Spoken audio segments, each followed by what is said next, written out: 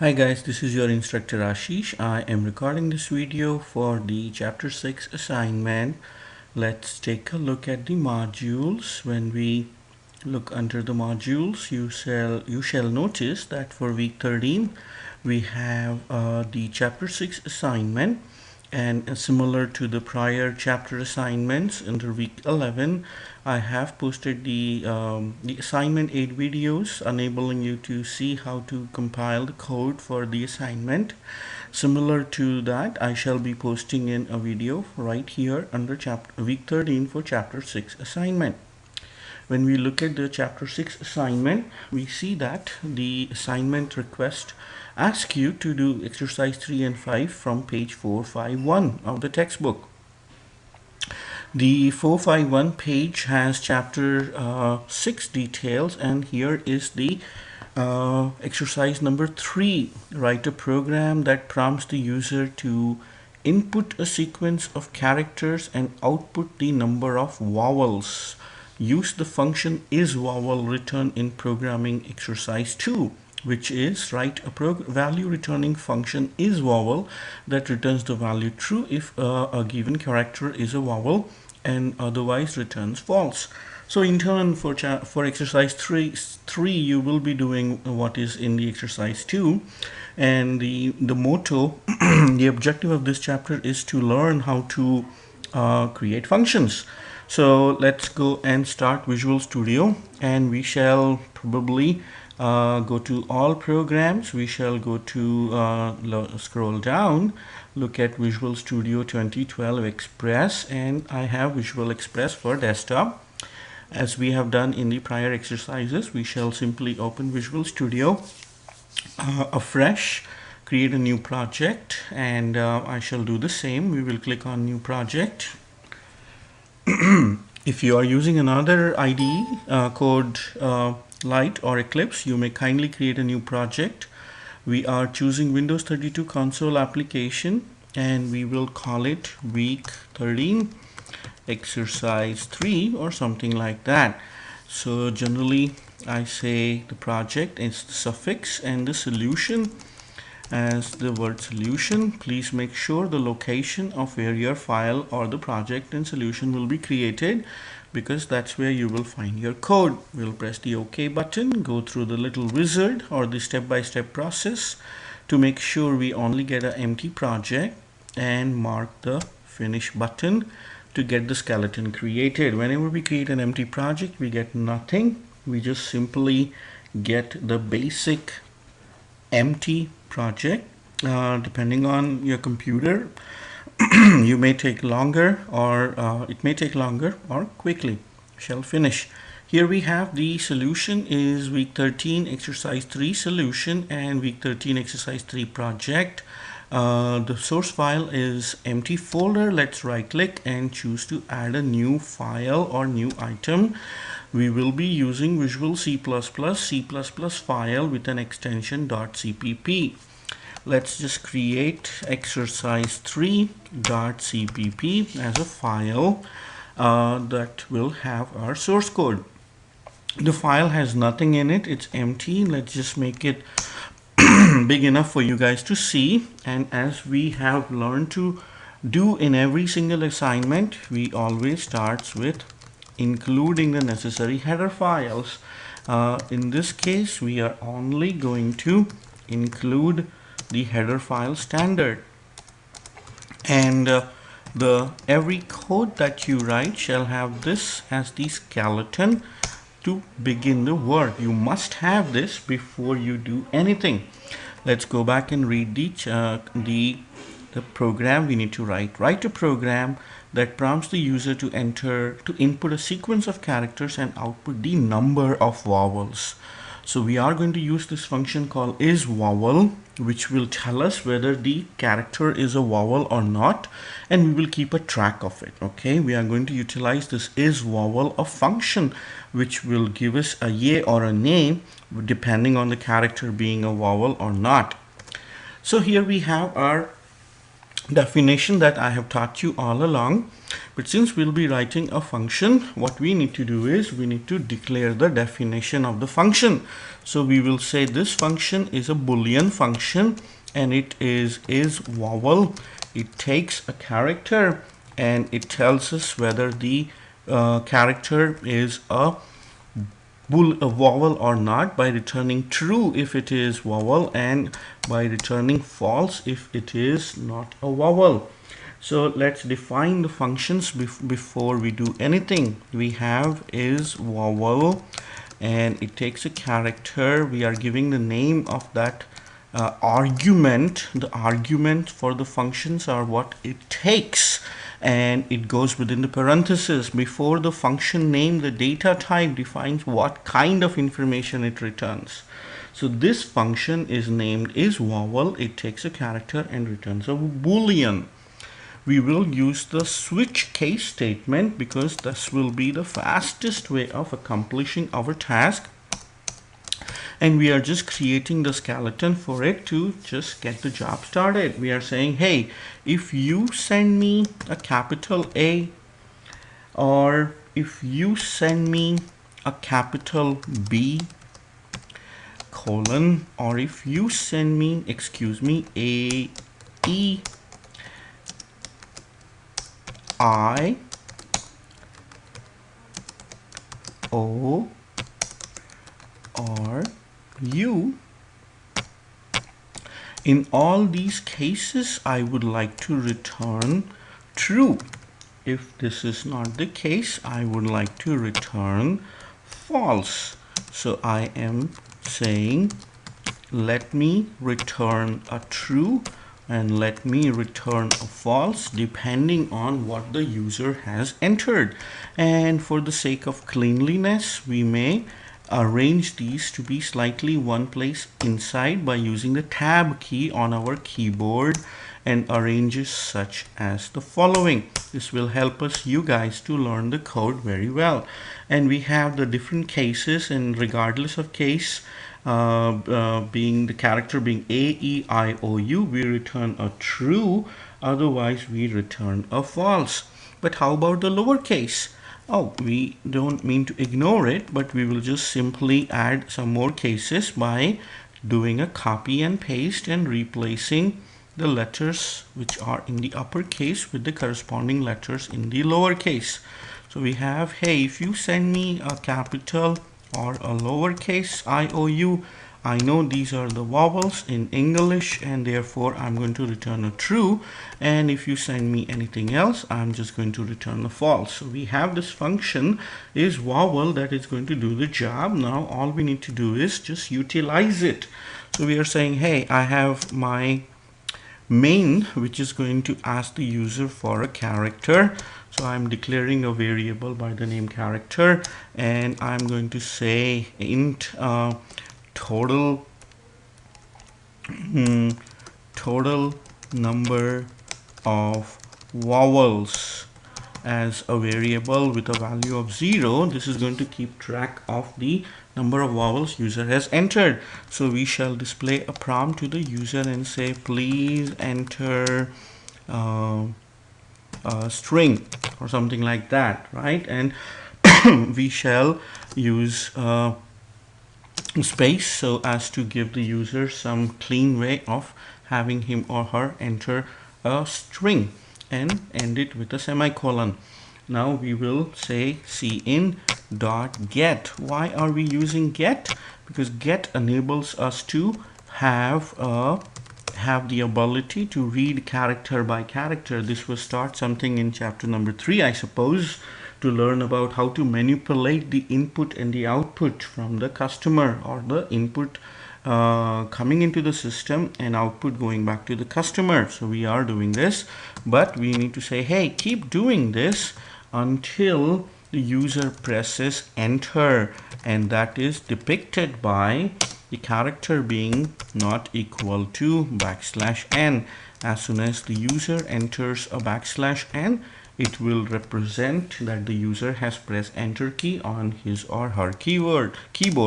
We will say, hey, I'm going to call if logic and say, hey, u is vowel, please help me evaluate this character variable, and if it is equal to true, then I would like to keep track of my counter.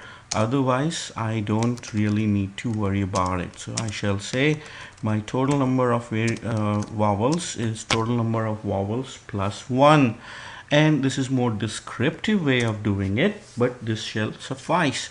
After we evaluate, we shall say, hey, the cin input stream, I need you to further let me get another character from the customer.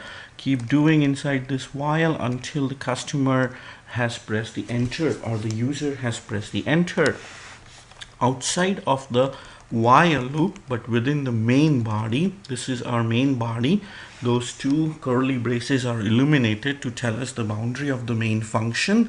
After everything is done, and if the user presses the enter, then we shall simply say a message that we found with a space total number of vowels, as we found 7 vowels is something we would like to display. Vowels in the string you entered, and we may end it with a semicolon. We shall attempt to save it, but since this is chapter number 6, we have learned to use a function properly, and for a function of type boolean we need to return true or false, because those are the only two boolean values. On the same line of thought, we are saying, hey, the main function, it returns an integer. Although this is not required, we are returning 0, which will tell the compiler, the C++ compiler, that our application has terminated without any problems. Let's just run it to see if it works properly or not. And we will let the compiler compile create the object file and eventually run it. And we may say this is a string, and here we have I, A. We have 4 vowels, so we shall see 4. And said we found 4 vowels in the string you entered, which is telling us that the application is working correctly. And this completes one of the assignments you need to do for week 13 or for chapter number 6. So let's just save it, and you may either zip up the whole solution folder or at the least submit the exercise 3.cpp file. The location should be noted. When you highlight it, it shall come under full path. We may use the close option and close solution, pardon me, and close this particular solution. We may create another one by saying I want to create a new project. It's Windows 32 console, and this time I am naming it week 13 underscore exercise 5, because that is the exercise that is mentioned in your assignment. Notice the location, because that's where your solution will be created. Go through the wizard to just ensure that we get an empty project so that we can create our own source code by right-clicking on the source file, adding a new item, and choosing C++ file with a proper name such as exercise5.cpp. Press the add button and you shall have your exercise code created. Let's take a look at the assignment that we need to complete. The exercise 5 on page 451 is as follows.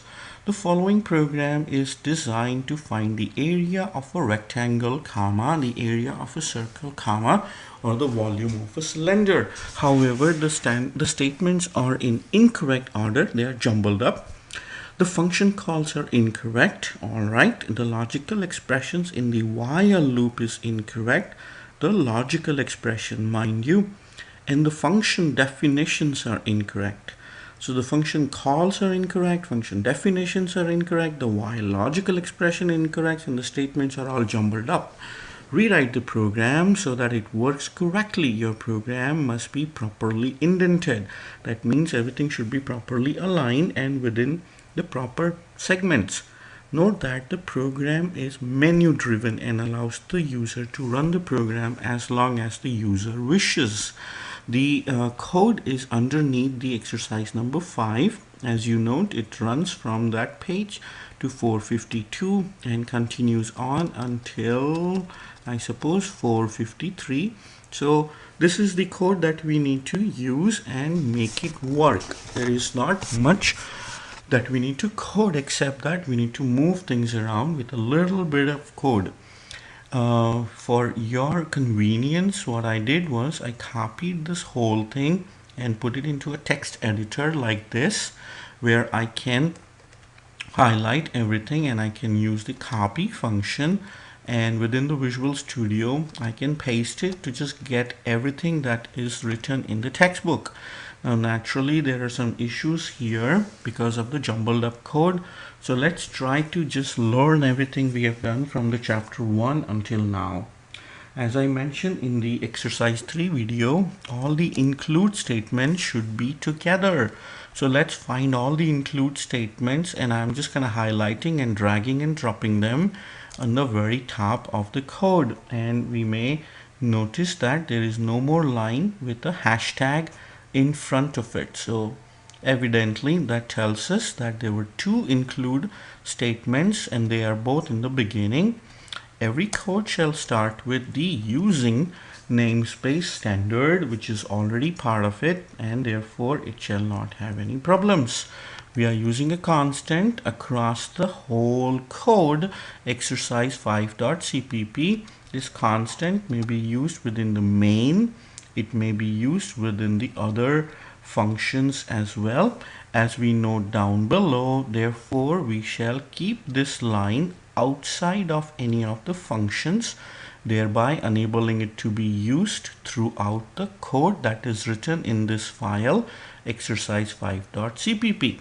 We have a function definition or declaration, which is a double rectangle. It takes a length and the width, and perhaps it returns the area of the rectangle. So we see that's cool, but going downwards we see there are more functions. We got a cylinder function, we got a circle and a cylinder. So for the declarations of these functions shall also need to move up, which means we need to take these 2 lines and put them up where they belong. One way to do that is to say edit cut, so as to cut it from here and move them on the top where they shall belong. For your convenience, I am just using a shortcut key to move them together, and we notice there is a little squiggly line going on. As it was the case, we shall know every particular function declaration shall end in a semicolon, and thus we will have all 3 function declarations as follows. Now we see that there are some squiggly lines where we have this word choice, but choice seems to be not declared. When we are using a particular variable, we must declare it ahead of time. The line 25 is using the word choice, but it seems to be not recognized, and therefore it says this is unidentified. On 27 line, we see there is a variable, so let's just drag and move it. You may like to do that, or you may feel free to do cut and paste if you feel that is easy for you. Here we have the choice is no more squiggly. Let's press the save all button. Keep going downwards to see what's going on afterward. And we have case 1 is showing squiggly. We have case 3 showing squiggly. We have length and height being not declared. We notice there is double length and width right here. Probably we may need them up above. Therefore, let's try to move them along with the other variables in our main function. We shall use the cut, and let's just scroll all the way top. Where we have the other variables, we may use edit and paste. We are just trying to get all the variables up front so that we do not have any more squigglies. Keep going down, we see things are looking okay, but not 100%. As we skim through it, we keep looking for squigglies and we have a bunch of errors showing up. We may continue down to just take a look and see that we have here a problem in the double rectangle function. It is taking two arguments within the parentheses. Those are incoming arguments or variables L and W. However, the function is multiplying to give the area of the rectangle by multiplying length with the width. There is R, which was something we didn't know about, and therefore we got that error that we just have fixed. Similarly, we have the dub circle function. The area of a circle is pi r square, which means we need to replace that W, which was the squiggly, and replace with r. R is the radius and pi is a constant in math. The formula for a circle is pi r square, and let's just use the tab key on our keyboard to create some white spaces or perhaps to move things around like this so that they are indented, and press the enter key to create some spaces. For a cylinder, the area is represented by the height multiplied by the breadth. As you see here, the breadth is BR and height is not used. Instead, this L was used, and we just replace that L with the H to calculate the the area of the cylinder utilizing the pi constant. And here we have, now things are looking okay, but we still got a lot of squigglies. So whatever we can fix, let's try to move them. We have the variables, the height, the radius, the height, the choice, the length, and the width. We are using the cout statements. So let's just select them all and use the tab key to move them inside so that they start to look more systematic. We are utilizing what we learned in chapter 2 or 3 to set up the output information properly using fixed, show point, set precision. Set precision is a function that we are using by saying give me 2 places after decimal whenever you display the decimal. We are saying cout, this program can calculate the area of the rectangle, comma, the area of the circle, or the volume of the cylinder. It is no problem to have this information run into 2 lines. I'm just sort of aligning it so that it makes it easy to read. To run the program, enter 1 to find the area of rectangle, 2 to find the area of circle, and 3 to find the volume of the cylinder. Cout -1 to terminate the program, and the user is expected to enter an integer variable of the number 1, 2, 3 or -1. And then we are just displaying an empty line so that it will look clear. We are saying keep running this while loop as long as user has not pressed -1, and the while loop runs pretty much for the whole journey, and eventually we have the end of the main function. Therefore, we just highlighted everything and moved them inside so that it starts to look cleaner.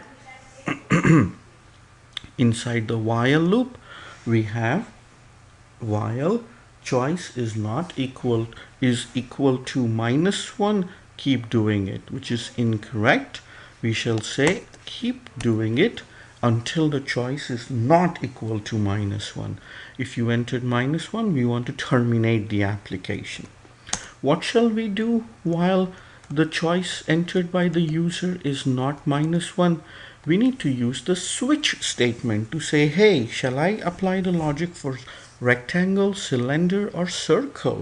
So therefore, this inside the while, we shall use the switch statement, which is buried down here, and therefore we shall cut it and move it in the appropriate position right after the while loop to say, hey, switch, you are going to help me check whether the customer has entered the option number 1 or 2 or 3. Utilizing the tab key after highlighting the inappropriate lines, we can arrange the lines as follows, and just using the space bar to align things properly so that the information doesn't look appropriate.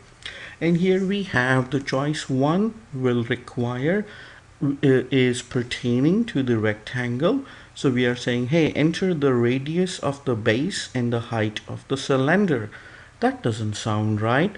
This is case number 3 because 3 pertains to cylinder, and we have incoming as radius and the height, which we are using to calculate the area of the cylinder.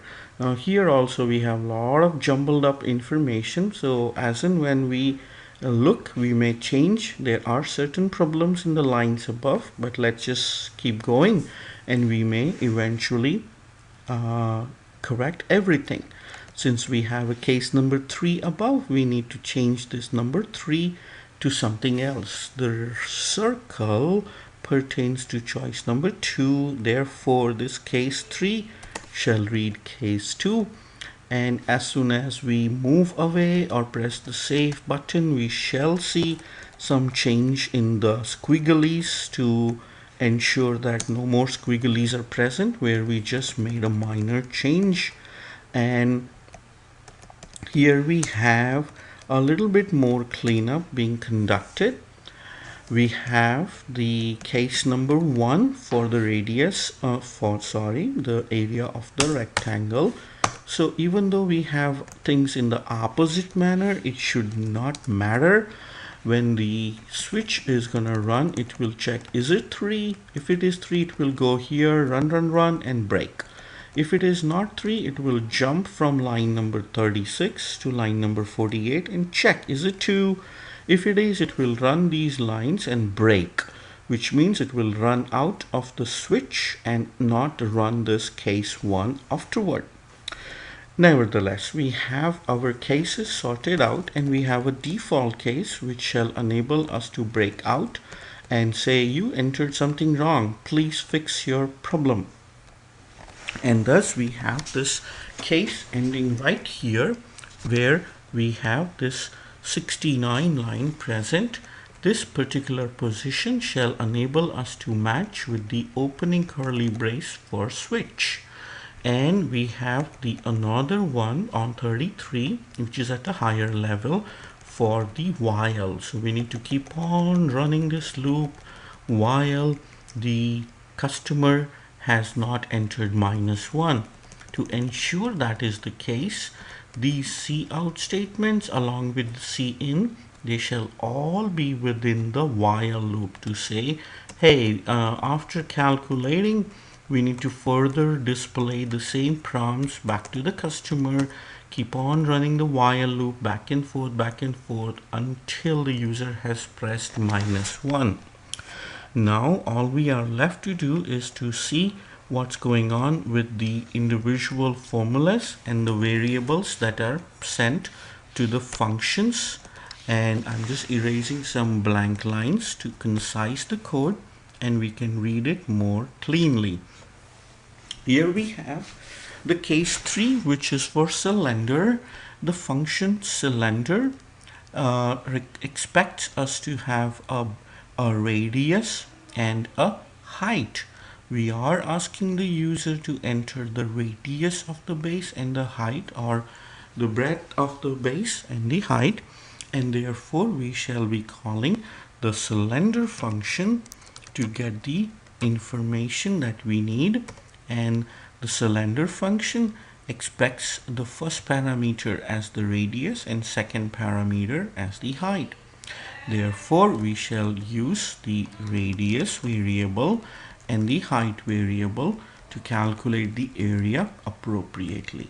For case number 2, which is for the circle, we shall call the function circle and not the function for rectangle. And the function for circle requires that we supply the radius. How do I know? Because it takes the radius given the r, we can calculate the circle, which is what we are doing. Whatever radius entered by the user is sent to the circle. Finally, we have the case 1 for rectangle. So let's just call rectangle function, which expects length and width to be sent. So we shall not use radius and send these two parameters, which shall enable us to calculate. Given the length and the width, we will be able to calculate the area of the rectangle. And here we have, suppose we shall run it to make sure there are no squigglies, no errors present. Everything seems to have compiled properly. At this juncture, this is pretty much what we had to do with some minor small code changes. It was primarily around making sure the logic is right, making sure the code is written properly, and bring an amalgamation of everything we have learned from chapter 1 until chapter 6. Let's run it without debugging, and we may try all three options to say, let's try rectangle. So we press 1, enter, and length and width. Let's try 2, space 3. We know 2 times 3 is 6. So the volume should be 6, which seems to be wrong because volume is incorrect word, and therefore we shall terminate to fix that volume because it's the area. So let's press -1 and terminate our application. Going back to the code, we shall say when it is the case for rectangle, the word we need to use is area. When it is the case for circle, we need to use the word area. But when it is the cylinder, we shall use the word volume. We didn't realize it, but as soon as we ran, we were able to identify. Let's rerun it and try the same option. Hey, there seems to be some problem. Let's double click and we may be able to find the problem which is underlying our code. Sometimes you do come across this problem. We may probably clean solution just to clean everything, and build solution to just build it. And there are occasions where you may find this problem. In such a case, we will navigate to this folder and delete this file. So hopefully that shall fix the problem. Let me go to C:, and we shall go to, perhaps I'm just navigating it quickly. We can go to here, go to Visual Studio, Projects, Week 3, Chapter 5, Solution. We will go to Debug and probably get rid of this file. We don't have administrative privileges. Perhaps it may require us to close the solution for a second. So let's close it. And this problem that we are seeing is just literally caused by the fact that we are we are having to not run the application. So let's just go here and say, hey, my project which I was just recently working on, I happen to name it week 13 exercise 5 project solution. That was an overlooked mistake on my part, but we may just simply open it again. Hopefully when we run without debugging, we should be able to run it. Its access is denied. We may keep running into this problem. Let's try start debugging.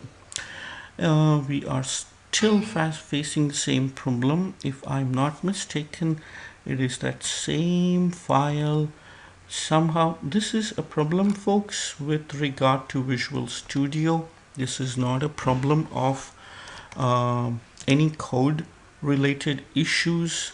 Let me just probably try one more time. I'm just going to exit the whole Visual Studio. I'm going to destroy this debug folder,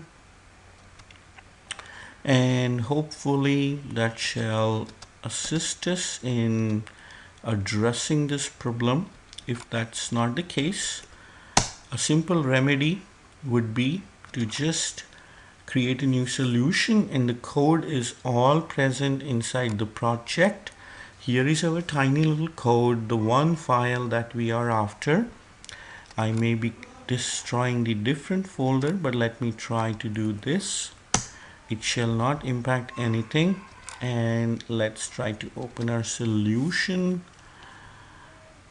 With fingers crossed, we should be able to run it. We are not messing with our code. We are just trying to run our code. And fingers crossed, we are continuing to have trouble with the same file living inside the solution debug folder right here. In this regard, folks, I'm just going to create a new project, and I'm just going to say week 11 exercise 5. Folks, if you run into such a problem, you most certainly will not run into such a problem, but sometimes when you're constantly working in Visual Studio, this problem does tend to occur. We can Google and find some solution, but for now, let's just create a new solution, and we are just simply going to make a new file and we may call it exercise5.cpp, exercise5.cpp, and here we have, there is nothing in it. I'm just simply going to take the code that we have all written already and open it in perhaps like a notepad or something, and just say edit, select all, edit, copy. Just going to paste it and run it. Once again, this is a problem with Visual Studio. It is not a problem with our code at all. So I just created a new solution and copy pasted the code which we had already written with due course of corrections. Let's press 1 and we will type length as 2 and width as 3. The area should be 6, which is correct. Let's try 2. And the radius of the circle, let's try the number 1, pi, which is a constant. So if we multiply anything with with 1, the output should be the pi, which is 3.14, rounded to 2 places. Let's try cylinder. We will use the base as 1 and height also as 1 because we just want to use the pi. Output shall also come out to be 3.14. Feel free to use calculator and try to make sure the calculations are correct if you deem so necessary. We can keep on running this and perhaps generate different outputs as you see me do it. If we try 99, it says invalid choice.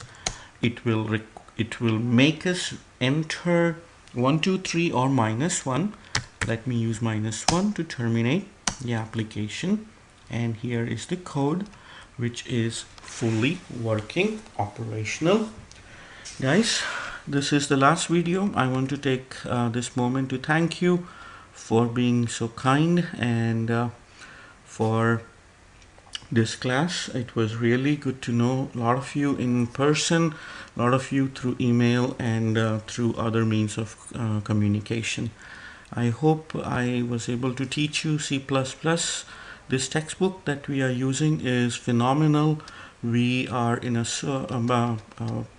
community college associate program, so we are not covering a lot of material, but this textbook is pretty detailed.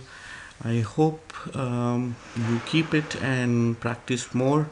Keep in touch. My contacts are right here. You are welcome to save it and keep in touch even after the semester is over. Thank you. God bless you. Hopefully this video was helpful. If I can